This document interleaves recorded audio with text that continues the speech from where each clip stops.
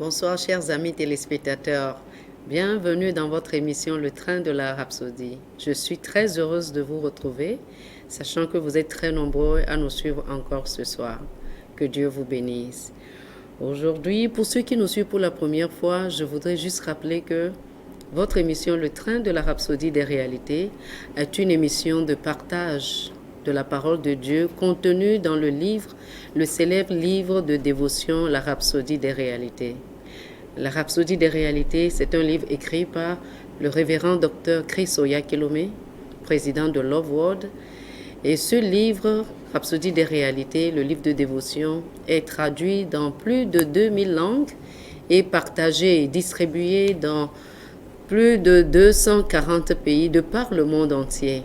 Je suis sûre que vous allez être bénis encore ce soir. Aujourd'hui, ce soir donc, notre émission couvrira la semaine du 29 mai au 4 juin. 29 mai au 4 juin. Et avant de commencer cette émission, je vous invite à prier avec moi. Seigneur notre Dieu, merci pour l'amour que tu as pour nous et merci pour le don de la vie. Nous te remercions et te rendons grâce pour avoir protégé tes enfants tout au long de cette journée. Merci pour ta présence dans ce studio et chez nous à la maison, car c'est toi qui nous enseignes la parole, tu nous la communiques, car c'est ton plan et c'est ton désir que nous recevons la vie, que nous recevons ta parole. Merci Père au nom de Jésus. Amen.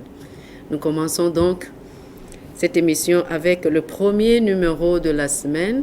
C'était le vendredi 29 mai. Le thème de la rhapsodie était la culture du Christ. La culture du Christ. L'écriture d'ouverture était tirée de Romains chapitre 12, le verset 2, qui nous dit « Ne vous conformez pas au siècle présent, mais soyez transformés par le renouvellement de l'intelligence, afin que vous discerniez quelle est la volonté de Dieu, ce qui est bon, agréable et parfait. » Alléluia. La rhapsodie nous dit, dans le christianisme, nous avons une culture. C'est la culture du Christ. Beaucoup viennent à Christ avec leur propre culture et essaient de bien de façon d'influencer l'Église avec leur culture terrestre. Mais la seule culture que nous devons suivre et dont nous devons nous imprégner est la culture de l'esprit. Alléluia. La culture de l'esprit et la culture de la parole de Dieu, nous dit le pasteur. Notre verset d'ouverture nous dit d'être transformés par le renouvellement de notre intelligence. Cela signifie être cultivé par la parole. C'est une décision que vous devez prendre. Si vous renouvelez votre intelligence avec les Écritures, vous aurez la culture du royaume. Amen. Par exemple, en Christ, nous avons une culture qui nous permet d'honorer et de respecter tout le monde. Et pas seulement ceux que nous pensons qui méritent l'honneur. Romains, le chapitre 12, le verset 10 dit « Par amour fraternel, soyez pleins d'affection les uns pour les autres, et par honneur, usez de prévenance réciproque. » Aussi, dans Matthieu, chapitre 5, le verset 44, Jésus dit « Mais moi, je vous dis, aimez vos ennemis, bénissez ceux qui vous maudissent, faites du bien à ceux qui vous haïssent, et priez pour ceux qui vous maltraitent et qui vous persécutent. » Et le pasteur dit que c'est ça la culture, notre culture dans le royaume de Dieu. Cette culture est différente du monde. Le monde vous dira, faites garde, prenez garde à vos ennemis. Donnez ce qu'ils vous ont donné à vos ennemis. Mais la Bible nous recommande de prier pour nos ennemis. Alléluia.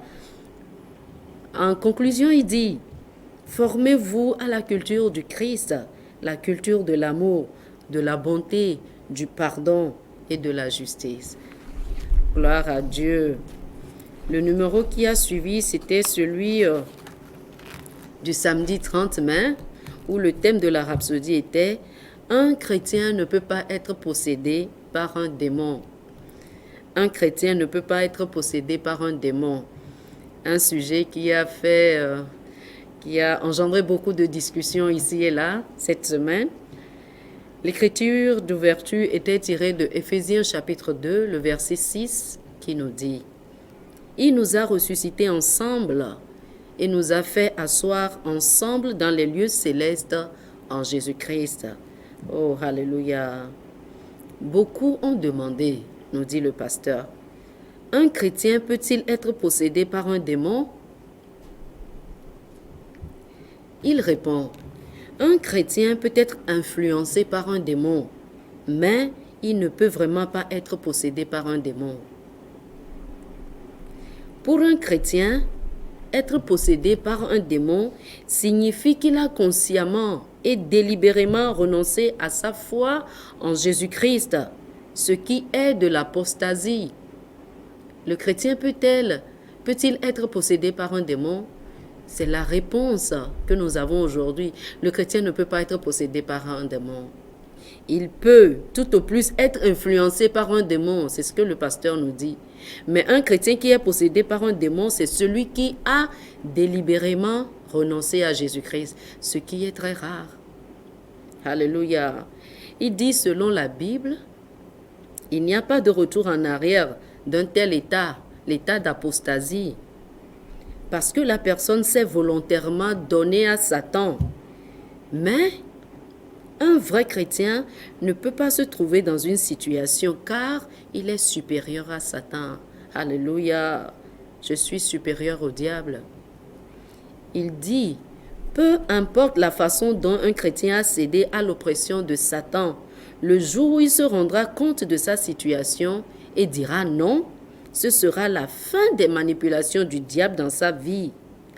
Jacques, le chapitre 4, le verset 7 nous dit « Soumettez-vous donc à Dieu, résistez au diable et il fuira loin de vous. » C'est le diable qui fuira loin de vous. Oh, alléluia, c'est possible de résister au diable et c'est lui qui fuit loin de nous. Gloire à Dieu. Pour le chrétien, nous dit-il, le problème n'est jamais le fait d'être possédé par des démons, mais plutôt la soumission à des esprits maléfiques qui le poussent à faire des choses terribles et ce faisant, il détruit sa propre vie. Alléluia. Souvent de tels chrétiens ne connaissent pas suffisamment la parole de Dieu pour vivre autrement.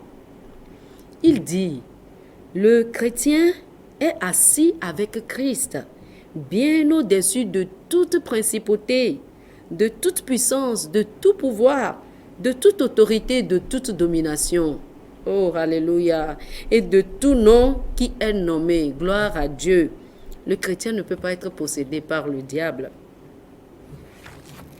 Le numéro qui a suivi, chers amis, c'était celui du dimanche, le dimanche passé, le 31 mai. Le thème de la rhapsodie était la pilule de la foi. Notre écriture d'ouverture était tirée de Marc chapitre 9, le verset 23 dans la version CEV qui nous dit « Jésus répondit, « Pourquoi dites-vous si vous le pouvez? Tout est possible pour quelqu'un qui a la foi. » Alléluia. Le pasteur dit, imaginez qu'on vous donne une pilule et qu'on vous dise que si vous la prenez, peu importe l'infirmité, la maladie ou le mal qui attaque votre corps, quel que soit l'endroit où cela se trouve, la pilule effectue une guérison. Il dit, quelle sera votre réponse? Je suis sûr que vous n'hésiterez pas à commander cette pilule immédiatement et vous voudriez même l'avoir en grande quantité. Mais saviez-vous qu'il existe réellement une telle pilule? Oh, gloire à Dieu! On l'appelle la pilule de la foi. Dans Marc chapitre 9, le verset 23, Jésus a dit, « Si tu peux croire, tout est possible à celui qui croit. » Alléluia. Le mot « croire » tel qu'il est utilisé dans la version Louis II et dans plusieurs autres versions, est mal appliqué, nous dit-il. Il dit, il provient du même mot que foi, mais sous la forme d'un verbe. La foi est le nom et croire est le verbe de la foi, nous dit le pasteur. Cela signifie que le verset devrait se faire lire ainsi. Toutes choses sont possibles pour celui qui a la foi. Oh, alléluia. Toutes les choses sont possibles pour celui qui a la foi. Jésus n'a pas dit, nous dit-il, beaucoup de choses sont possibles si vous avez la foi, mais tout est possible. Alléluia. Toutes les choses sont possibles. Ce ne sont pas certaines choses seulement, mais tout est possible, absolument tout. Oh, gloire à Dieu. Cette situation dans vos affaires, cette situation économique que vous traversez actuellement peut être changée parce que tout est possible. Gloire à Dieu. Cela signifie que peu importe la situation, Dieu vous a donné le pouvoir de rendre votre vie belle. Nous ne sommes pas des victimes. Nous sommes des vainqueurs et des victorieux en Christ. Tout est possible par la foi. C'était la pilule de la foi le dimanche 31 mai. Le lundi, le jour qui a suivi, le lundi 1er juin,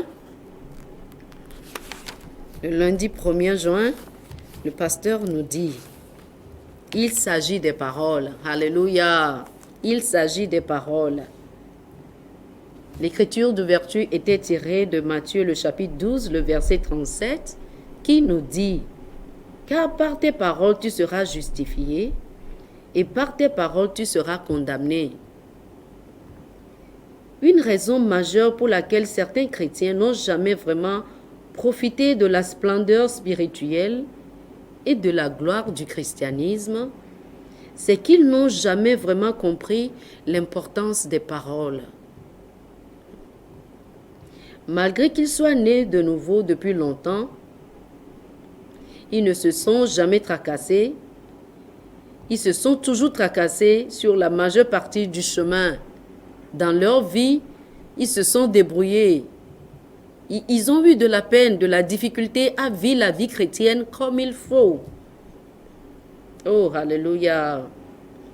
Certains abandonnent finalement, après de nombreuses années, passées à lutter pour vivre la vie chrétienne, parce qu'ils ne comprennent pas les principes fondamentaux de la vie chrétienne. C'est une question de parole, nous dit le pasteur. C'est une question de parole.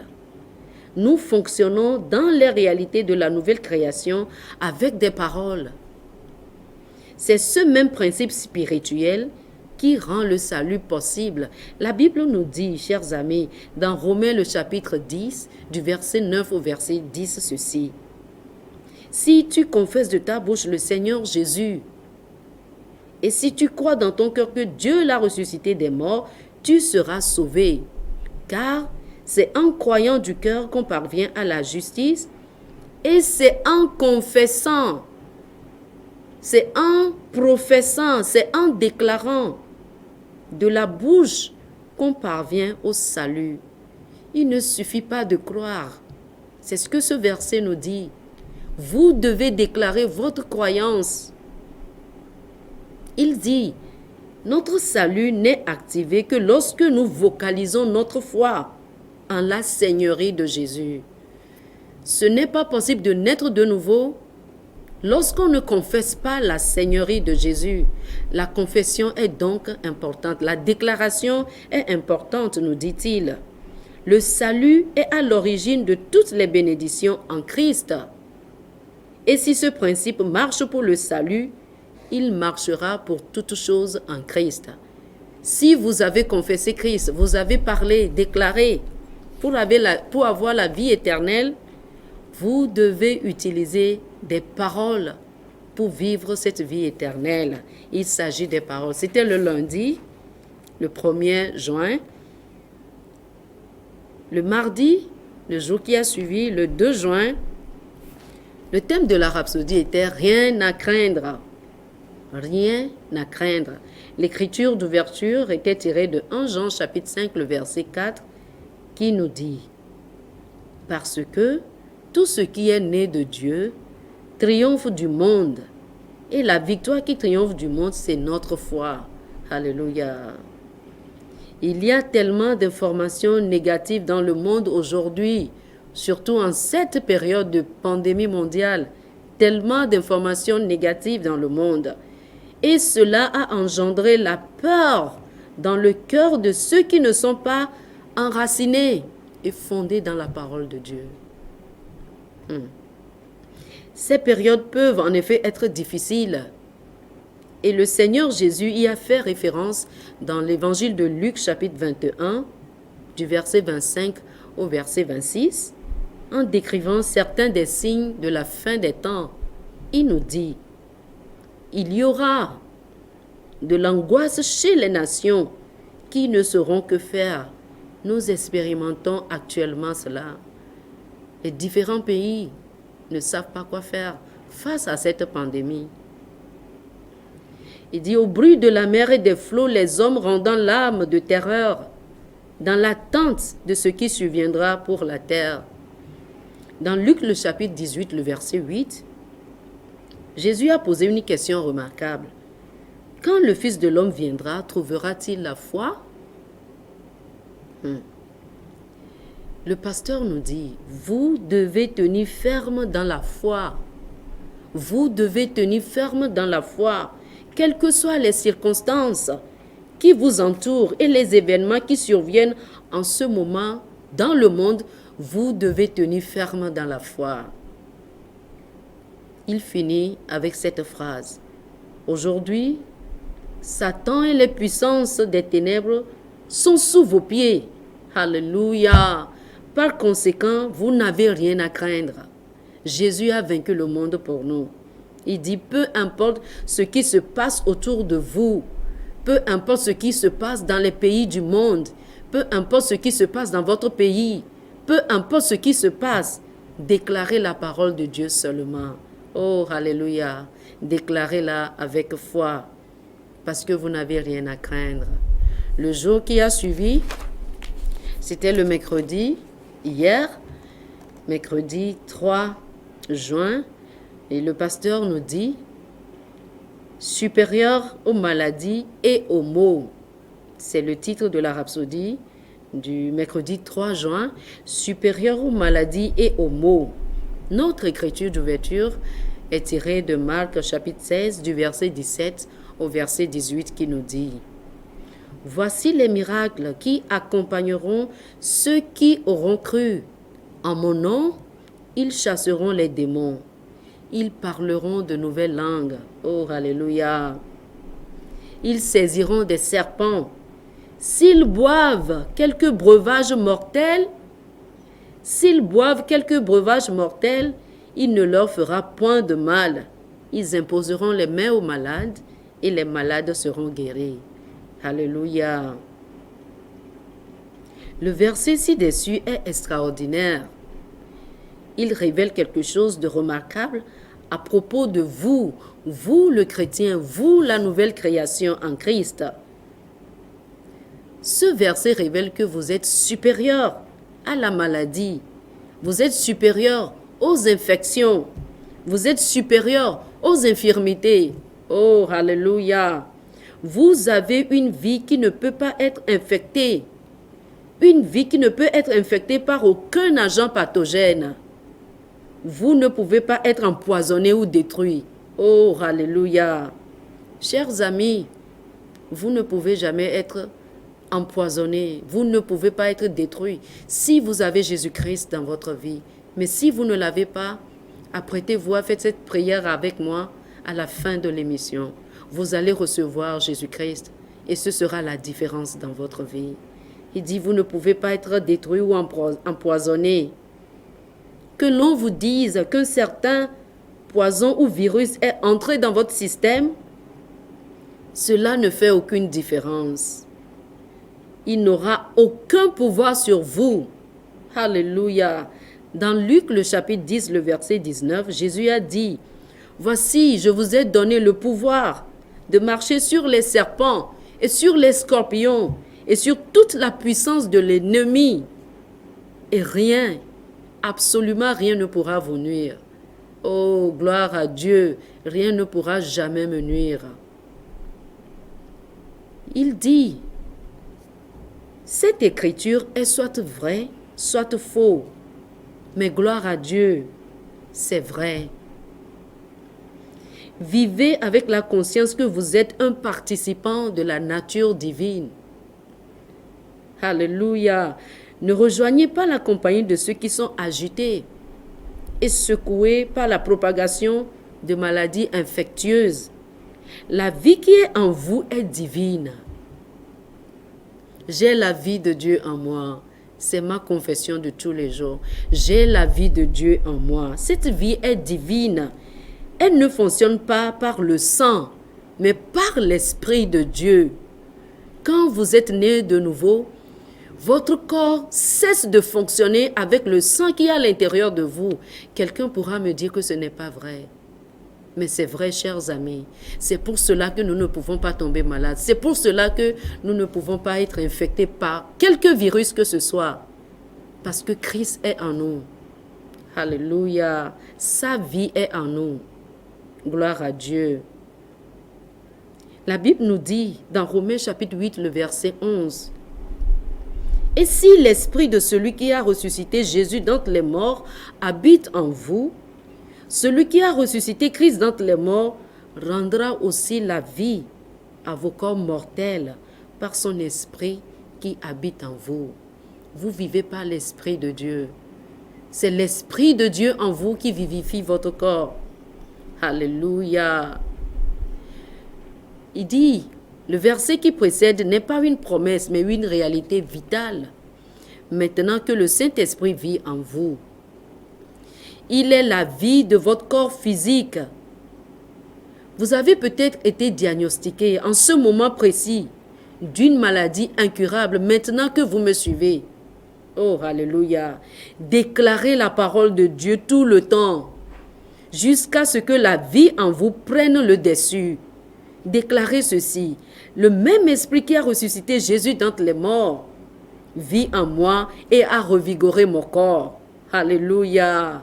J'ai la vie de Dieu en moi. Cette vie détruit toute maladie, toute infirmité dans mon corps. Je marche dans la santé divine et je refuse d'être malade.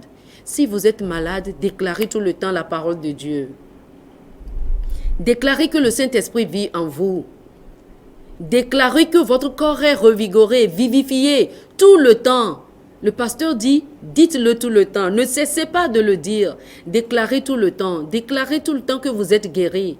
Et vous verrez que votre foi va triompher. Alléluia. Gloire à Dieu. Supérieur aux maladies et aux maux.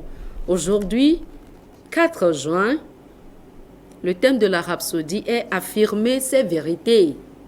Affirmer ses vérités.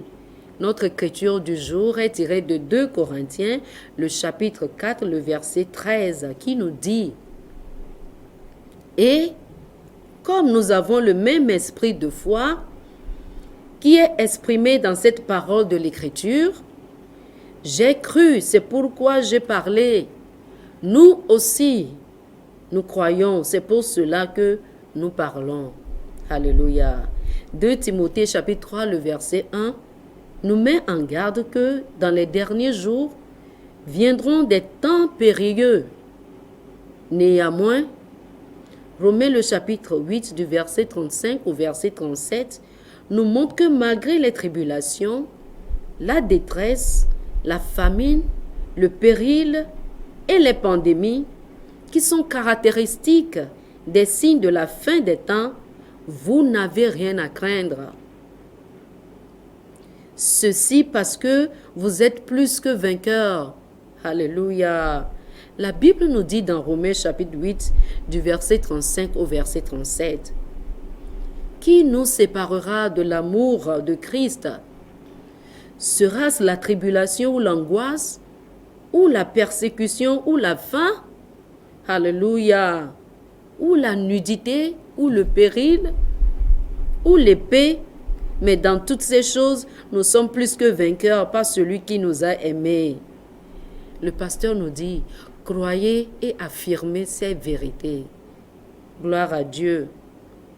Ce dont vous avez besoin, nous dit-il, c'est de vous accrocher à la parole de Dieu, la connaître et la voir dans votre conscience et l'établir par vos paroles, par vos déclarations de foi.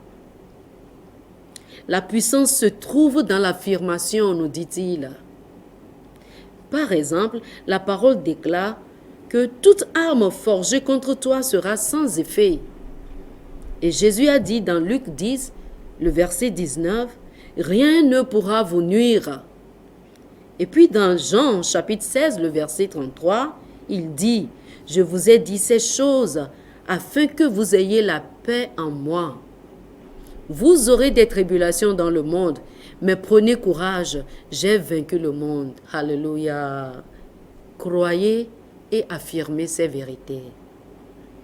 Jésus n'a pas vaincu le monde pour lui-même, mais pour vous, pour moi, pour nous. Il a vaincu le monde et tout le mal. Il a vaincu les ténèbres et les négativités qui s'y trouvent. Et il vous a donné la victoire. Oh, alléluia. Ce qu'il vous a demandé de faire maintenant, c'est d'établir et maintenir cette victoire dans votre vie. Comment? C'est avec vos confessions remplies de foi, chers amis. Il a dit dans Marc le chapitre 11, le verset 23, « Si quelqu'un dit à cette montagne, ôte-toi de là et jette-toi dans la mer, et s'il ne doute point en son cœur, mais croit que ce qu'il dit arrive, il le verra s'accomplir. » La parole de Dieu n'échoue jamais. Et il dit, « La parole de Dieu dans votre bouche est une force créatrice. » Que Dieu soit loué. Oh, gloire à Dieu, gloire à Dieu. Affirmez ces vérités. Chers amis, prenons cette prière ensemble. Je déclare que ma vie est pour la gloire et la beauté. Et sur mon chemin, il y a la vie, le succès, la victoire et la santé. Je prie pour le peuple de Dieu dans le monde entier qui pourrait être malade ou affligé, afin que la puissance de guérison de Dieu opère à travers eux et que leur santé soit parfaite au nom de Jésus. Amen. Pour plus d'études sur le sujet, je vous invite à lire Luc chapitre 6, le verset 45, Philémon chapitre 1, le verset 6, Proverbes chapitre 18, le verset 21. Chers amis, je suis sûre que vous avez été bénis. Si vous me suivez maintenant et vous n'avez pas Jésus-Christ dans votre vie, c'est pour cette raison que je suis dans le studio ce soir pour vous amener à Jésus-Christ. Faites cette prière avec moi de tout votre cœur et un miracle se produira dans votre vie. Dites ceci: ô Dieu, je viens à toi, croyant que Jésus est venu dans le monde et qu'il est mort pour moi, pour mes péchés. Aujourd'hui, je reconnais qu'il est Seigneur et je reçois le bénéfice de sa mort à la croix. Ma vie est nouvelle maintenant, à partir de ce jour, et je suis enfant de Dieu désormais. Amen. Amen. Vous êtes réellement enfant de Dieu si vous avez fait cette confession de tout votre cœur. Bienvenue dans la famille de Dieu. Alléluia. Chers amis téléspectateurs, merci de nous avoir suivis. Si vous avez besoin d'une copie de la Rhapsodie des réalités, n'hésitez pas à m'appeler. Contactez-nous sur le numéro qui s'affiche sur votre écran. Et si vous avez des questions à poser, nous sommes disponibles et disposés à vous répondre. Si vous avez besoin d'une copie électronique également, nous sommes disposés à vous l'envoyer. Jusqu'à la semaine prochaine, que Dieu vous garde et qu'il vous bénisse. Amen.